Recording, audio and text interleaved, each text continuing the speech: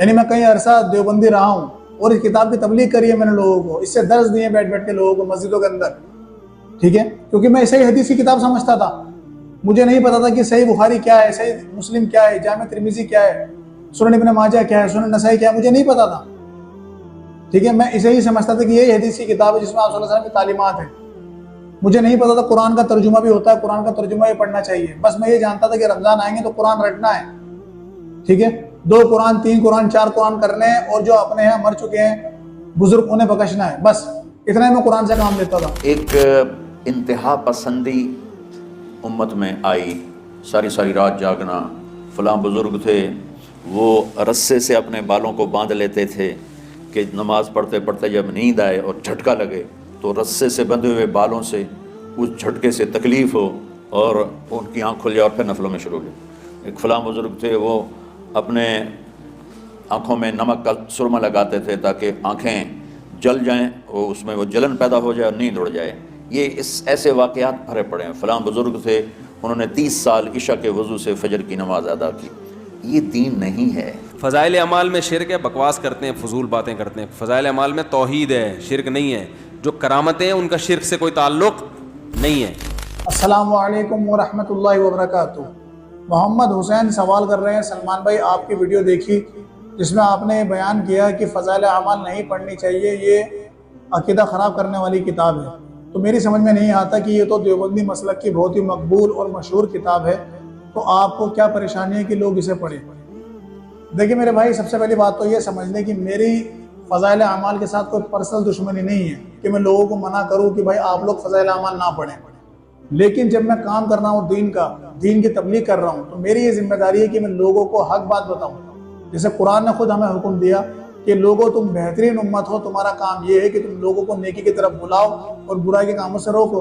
तो जब बात आएगी नेकी के कामों की, तो जो जो काम कुरान और हदीस के अंदर मेंशन है मैं लोगों को बताऊंगा, और जब बात आएगी बुराई से रोकने की, तो जिन जिन कामों से कुरान हदीस ने मना करा है वो मैं लोगों को बताऊंगा कि भाई इन कामों से रुक जाओ, ये काम करने गलत है, ठीक है। तो ऐसा नहीं है कि फ़ज़ाइल अमाल से कोई मेरा बुग़्ज़ है कि मैं चाहता हूँ कि लोग उसे ना पढ़ें, ठीक है। मैं इसलिए चाहता हूँ कि लोग उसे ना पढ़ें क्योंकि उसके अंदर बहुत सी चीज़ें ऐसी हैं जो आपका अक़ीदा ख़राब कर देंगी। अगर एक आम इंसान उस किताब को पढ़ेगा तो वो गुमराह हो जाएगा। और ये कोई मैं सुनी सुनाई बात नहीं बता रहा, बल्कि खुद मैं इसका शाहिद हूँ, खुद मैं ये भुगत चुका हूँ। यानी मैं कई अरसा देवबंदी रहा हूँ और इस किताब की तबलीग करी है मैंने लोगों को, इससे दर्ज दिए बैठ बैठ के लोगों को मस्जिदों के अंदर, ठीक है, क्योंकि मैं सही हदीस की किताब समझता था। मुझे नहीं पता था कि सही बुखारी क्या है, सही मुस्लिम क्या है, जामे तिर्मिजी क्या है, सुनन इब्न माजा क्या है, सुनन नसाई क्या है, मुझे नहीं पता था, ठीक है। मैं इसे ही समझता था कि यही हदीस की किताब है जिसमें आप सल्लल्लाहु अलैहि वसल्लम की तालीमात है। मुझे नहीं पता था कुरान का तर्जुमा भी होता है, कुरान का तर्जुमा भी पढ़ना चाहिए। बस मैं ये जानता था कि रमजान आएंगे तो कुरान रटना है, ठीक है, 2 कुरान 3 कुरान 4 कुरान करने हैं, और जो अपने यहाँ मर चुके हैं बुजुर्ग उन्हें बख्शना है, बस इतना ही मैं कुरान से काम लेता था। और इस किताब को मैं सर पे लेकर घूमता था कि भाई ये हदीस की किताब है, इसके अंदर जो तालीमात हैं वो आप सल्लल्लाहु अलैहि वसल्लम की बताई भी हैं, ठीक है। लेकिन जब हमें अल्लाह ने हिदायत दी, हमने इस किताब को कंपेयर करा कुरान हदीस से, लोगों ने समझाया हमें, तो हमारी आंखें खुल गई। हमें मालूम पड़ा कि भाई ये किताब तो ऐसी है, अगर आम आदमी पढ़ ले तो गुमराह हो जाएगा। इसके अंदर बहुत सी चीज़ें ऐसी हैं जो शिरकियाँ हैं, बहुत सी चीज़ें ऐसी हैं जो कुफरियाँ हैं, बहुत सी चीज़ें ऐसी हैं जो गुस्ताखाना है, अकीदा ख़राब कर देंगे इंसान के, ठीक है। और वो वाक़यात मैं आपके सामने पेश करूँगा क्योंकि लोग सोचते हैं कि ये झूठ बोल रहा है, ये हमारे फ़िरके को, हमारे मसलक को, हमारी किताबों को बदनाम कर रहा है। तो भाई मैं यहाँ स्क्रीनशॉट लगाता रहूँगा, जो जो वाक़यात मैं बयान करूँगा उनके हवाले नंबर दे दूंगा, मैं पेज नंबर लगा दूंगा, पूरे पेज लगा दूंगा ताकि आप देख सकें, ताकि अल्लाह आपको भी हिदायत दे, आप इस गंदगी से निकलें। सबसे पहला वाक़या जो हमें मिलता है फ़ज़ाइल अमाल के अंदर, वो है फ़ज़ाइल ज़िक्र के अंदर, कि एक बुजुर्ग कई दिनों तक इस्तिंजा नहीं कर रहे।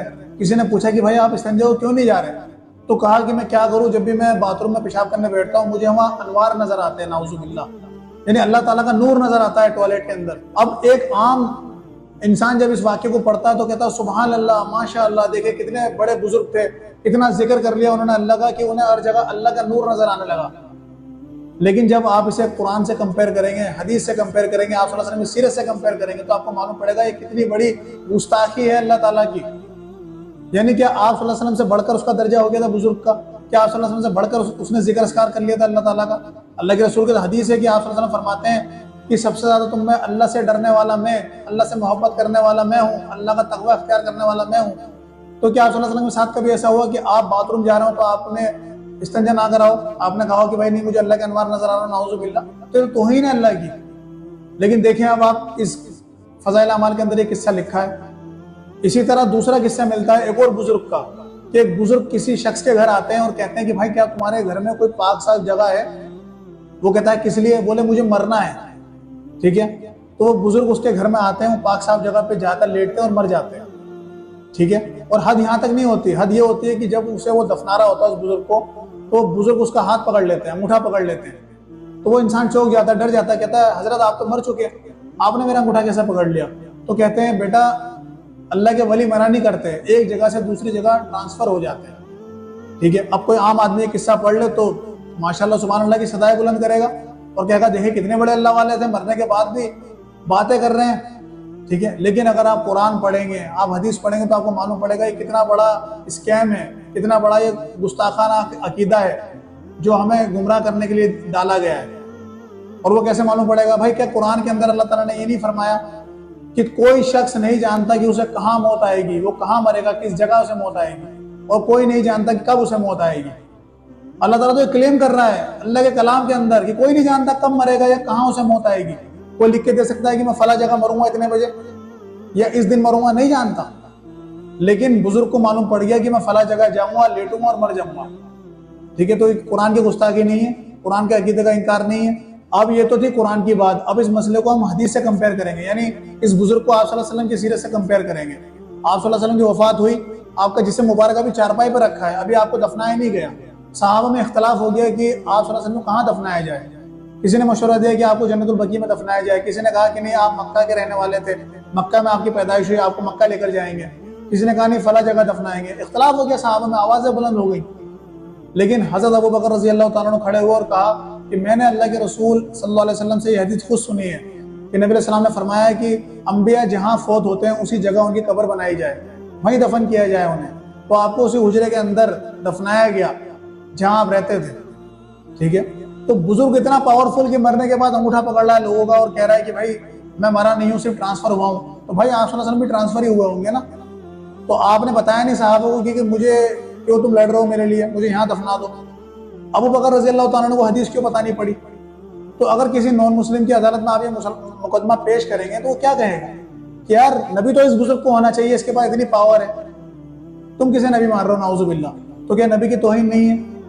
तो ये मसले जब आप सोचेंगे बैठ के कुरान हदीस से कंपेयर करेंगे, जब आपको मालूम पड़ेगा कितना बड़ा ब्लेंडर है ये। इसी तरीके से अगला वाक्य जो है वो कब्र परस्ती का है। यानी हमारे देवबंदी भाई बरेलियों से लड़ते हैं, मुनाजरा करते हैं कि भाई तुम लोग गैरुल्लाह से मांगते हो, कब्रों पे जाके मांगते हो, मज़ारों से मांगते हो, मुर्दों से मांगते हो, ये शिकवा करते हैं कि नहीं? और अपना आप बड़े मवाहिद बनते हैं कि भाई हम तो एक अल्लाह से मांगते हैं। लेकिन इसी फज़ाइल अमाल के अंदर जगह जगह कब्रों से मांगने की ताकीद की गई है, तालीम दी गई है, तरगीब दी गई है।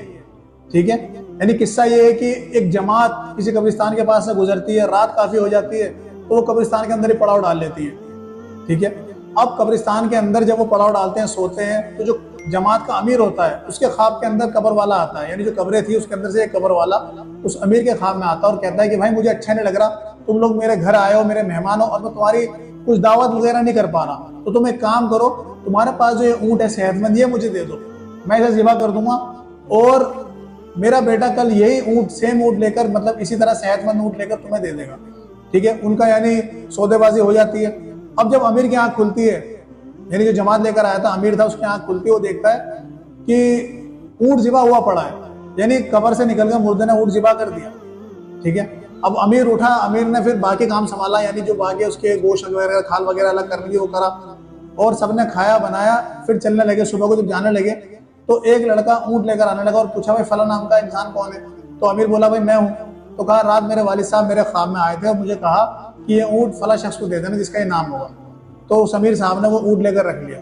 तो भाई अब ये क्या मुर्दे मदद नहीं कर रहे हैं, मुर्दे ऊँट ज़िबा कर रहे हैं, उठकर मुर्दे दावतें कर रहे हैं, यानी पिकनिक चल रही है ना कब्रिस्तान के अंदर, लोग दावतें कर रहे हैं। ठीक है, तो ये कुरान हदीस की तालीमात है क्या? ये अल्लाह और उसके रसूल ने तालीमात दी है कि कब्रों पे जाओ तो दावतें खाओ, ऊँट ज़िबा करवाओ मुर्दों से? तो बरेलू से किस बात की लड़ाई है भाई? सेम अकीदत तो है आपके। ठीक है, तो कहने का मसला ये है कि आज तो हमें कम्युनिकेशन करने के लिए वाईफाई की, इंटरनेट की जरूरत पड़ती है ना, सिम कार्ड डालेंगे, नेट चलेगा, इंटरनेट चलेगा, जब हम बात कर सकते हैं। लेकिन उस जमाने में बुजुर्गों के कम्युनिकेशन ख्वाबों से हुआ करते थे। यानी बाप जो मुर्दा है वो बेटे के ख्वाब में भी आ गया और अमीर के ख्वाब में भी आ गया और सौदेबाजी भी होगी। ठीक है, तो ये क्या वाहियात अकीदे नहीं है जो लोग अकीदे खराब करने के लिए डाले गए हैं। इसी तरह एक आखिरी वाकया और आपके खिदमत में पेश करता चलूं, उसके बाद अपनी बात खत्म करूंगा। ये वाकया मिल जाएगा आपको फज़ाइल हज के अंदर कि एक लड़का अपनी माँ के साथ हज पे गया। जब उन्होंने हज कंप्लीट कर लिया तो वहीं काबे के पास वो सो गए। अब रात में ऐसा हुआ कि उसकी माँ की शक्ल काली हो गई, जिस्म काला हो गया और पेट फूल गया और उसकी माँ मर गई, यानी इंतकाल कर गई।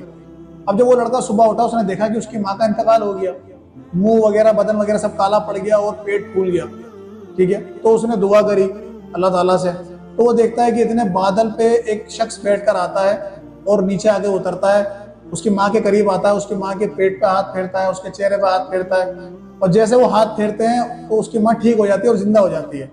जब वो शख्स जाने लगते हैं जो बादल पर बैठ कर आए थे, तो लड़का कहता है कि आप कौन है जिसने मेरी परेशानी दूर कर दी। उन्होंने कहा, तू मुझे नहीं जानता, मैं तेरा नबी हूँ, यानी मोहम्मद सल्लल्लाहु अलैहि वसल्लम।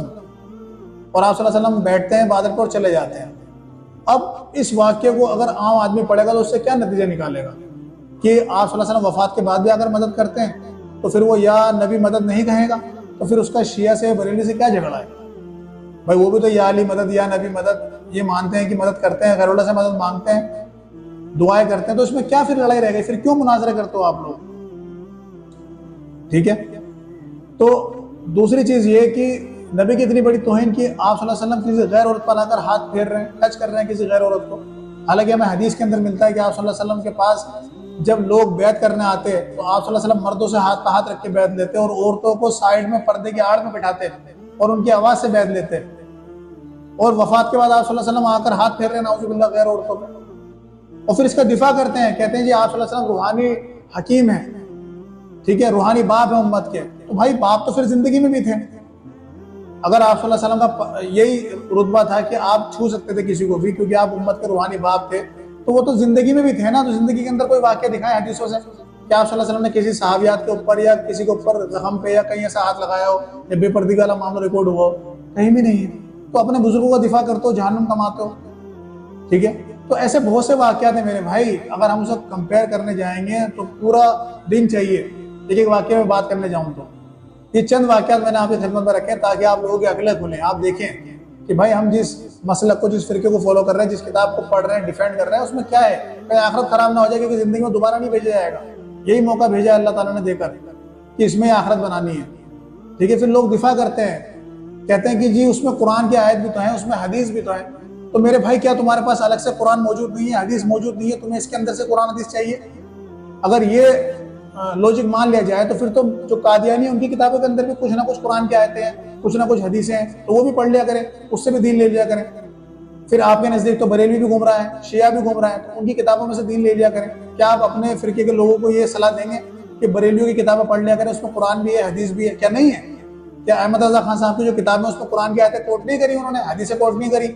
या शियों की जो किताब है उसमें कुरान की आयतें नहीं है, हदीस की बातें नहीं है उसके अंदर, आप सल्लल्लाहु अलैहि वसल्लम की तालीमात नहीं है ना? फिर आप क्यों मना करते हैं? आपका स्टेटस तो ये है कि आप अपने अलावा दूसरों के तर्जुमे पढ़ने को मना करते हैं, कहते गुमराह हो जाएंगे अगर दूसरे मसलक का तर्जुमा पढ़ेंगे। यानी कुरान नहीं पढ़ने देता, आप किताबें पढ़ने देंगे, तो फिर आपकी किताब क्यों पढ़ेगा आदमी कुरान हदीस के चक्कर में? कुरान हदीस मौजूद है ना हमारे पास, और कुरान हदीस उसके अंदर इसलिए डाला है ताकि लोगों के अंदर बदअकीदगी इंजेक्ट करी जाए। क्योंकि अगर डायरेक्ट उसमें सारे वाक्य ऐसे लिख देते हैं तो कोई भी नहीं पढ़ता, सब समझ जाता है। लेकिन उसमें कुरान की आयतें हदीस डाली गई है ताकि आम लोगों को जो कम अकल है उन्हें गुमराह किया जाए कि भाई देखो इसके अंदर कुरान है, इसके अंदर हदीस है। ठीक है, जिस तरह बच्चे को दवाई पिलाई जाती है ना शहद की बोतल में रख के या उसको शहद में मिक्स करके, ताकि उसे पता ना चले दवाई ये कड़वी है। और कुछ फिरका परस्त मौलवी तो इस हद तक इस किताब का दिफा करते हैं, इसके मुसन्निफ का दिफा करते हैं, कहते हैं भाई आप इन्हें बुरा भला क्यों कह रहे हैं, इस किताब को बुरा क्यों कह रहे हैं? इसके अंदर जो वाकयात हैं ये तो मौलाना ज़करिया ने पुराने बुजुर्गों से नकल किए हैं। ठीक है, उन पे फतवा लगाएं, उन्हें कहें उनकी क्या गलती, उन्होंने तो खाली नकल करें। या कुछ कहते हैं कि भाई ऐसे बुरे वाकयात तो कुरान के अंदर भी हैं, फिरौन के बारे में है या शैतान के बारे में, तो कुरान में भी अल्लाह ताला ने ऐसे वाकयात नकल करें, तो उस पर आप पकड़ क्यों नहीं करते? तो दोनों बातों को मैं जवाब देता हूँ इन बेवकूफ़ों को कि सबसे पहली बात, अगर मौलाना ज़करिया ने किसी से नकल करा है तो नकल करने की जरूरत क्या थी? अगर किसी ने बेहुदा वाकयात लिखा है तो अपनी किताब के अंदर आपने क्यों नकल किया? उससे क्या फायदा आपको मिला? ठीक है, यानी अगर बुराई किसी ने करी है तो उसे अपनी किताब के अंदर क्यों लिखना है? अगर आप कह रहे हैं मैं उम्मत के लिए लिख रहा हूँ, उम्मत के फायदे के लिए लिख रहा हूँ, तो इन वाकया से क्या फायदा मिला उम्मत को? ये तो गुमराही है। ठीक है, तो इसका मतलब आपने जानकर लिखे लोगों को गुमराह करने के लिए। दूसरी चीज आप कहते हैं अल्लाह ताला ने भी तो वाक़यात लिखे शैतान के, फिरौन के और अबू जहल के, उस पर पकड़ क्यों नहीं करते? मेरे भाई, अल्लाह ताला ने उनको शैतान बनाकर उनका जिक्र करा है। ये बेहुदा लोगों ने फॉलो नहीं करना। अल्लाह ताला ने कहीं भी नहीं कहा है कि उनके वाक़यात जिक्र करके कि अच्छे लोग थे इन्हें फॉलो करो। कौन मुसलमान ऐसा जो कुरान पढ़ के उनको फॉलो करता है? उन पर लानत भेजता है। लेकिन आपकी जब किताब पढ़ते हैं लोग, आम इंसान जब पढ़ता है तो उससे तो मोटिवेट होता है, इंस्पायर होता है कि देखिए इस बुजुर्ग ने ईशा के वजू से फजर की नमाज पढ़ ली, कोई 40 साल तक सोया ही नहीं, कोई 1 मिनट के अंदर इतना कुछ कर रहा है, कोई 1 दिन के अंदर पूरा कुरान खत्म कर रहा है, कोई पूरे दिन में नफले पढ़े जा रहा है, कोई सोया ही नहीं है रात भर। ठीक है, किसी को इस्तिंजा में अल्लाह नजर आ रहा है, नाउज़ु बिल्लाह। तो क्या आपने लिखा है कि ये सब गलत अकीदे हैं, ये सब जहन्नुमी लोग हैं जिनके बारे में वाक़यात लिखे हैं? कैसे मेंशन करा है आपने? कहीं भी नहीं। तो मेरे भाई ये चालाकियां हैं सब लोगों को गुमराह करने के लिए। ठीक है, तो आप कितना ही दिफा कर लें इस किताब का कोई फायदा नहीं है, क्योंकि ये बदअकीदगी वाली किताब है जिसको आपको हटाना पड़ेगा। और आप खुद कहते हैं कि हमारी बहुत ही मशहूर और मकबूल किताब है। ठीक है, आपके यहाँ लोगों को नहीं पता कि हदीस किसे कहते हैं। आप जाकर पूछ लें, चाहे कोई भी हनफी हो, चाहे देवबंदी हो, बरेलवी, जो आम पब्लिक हो, कि भाई हदीस की किताब कौन सी, उन्हें नहीं पता बुखारी मुस्लिम का, जैसे हमें नहीं पता था। वो यही कहेंगे कि भाई देवबंदी है तो फज़ाइल अमाल, बहिश्ती ज़ेवर, और अगर कोई बरेलवी हो तो फैज़ान सुन्नत या किसी और की किताब जो उसके मौलवी की लिखी भी होगी। ठीक है, उन्हें नहीं पता कि हदीस की किताब कौन सी है, कुरान का तर्जुमा ही पढ़ना चाहिए, नहीं पता उन्हें। तो अल्लाह से डरें, अल्लाह ताला से तौबा करें, मर के जवाब देना अल्लाह ताला को। ठीक है, अपना फ़िरका डिफेंड ना करें, इस्लाम को डिफेंड करें। तो अल्लाह ताला से दुआ है कि हमें हक बात कहना, सुनने और अमल करने की तौफीक अता फरमाए। आमीन। व आखिरु दावाना अनिल हम्दुलिल्लाहि रब्बिल आलमीन।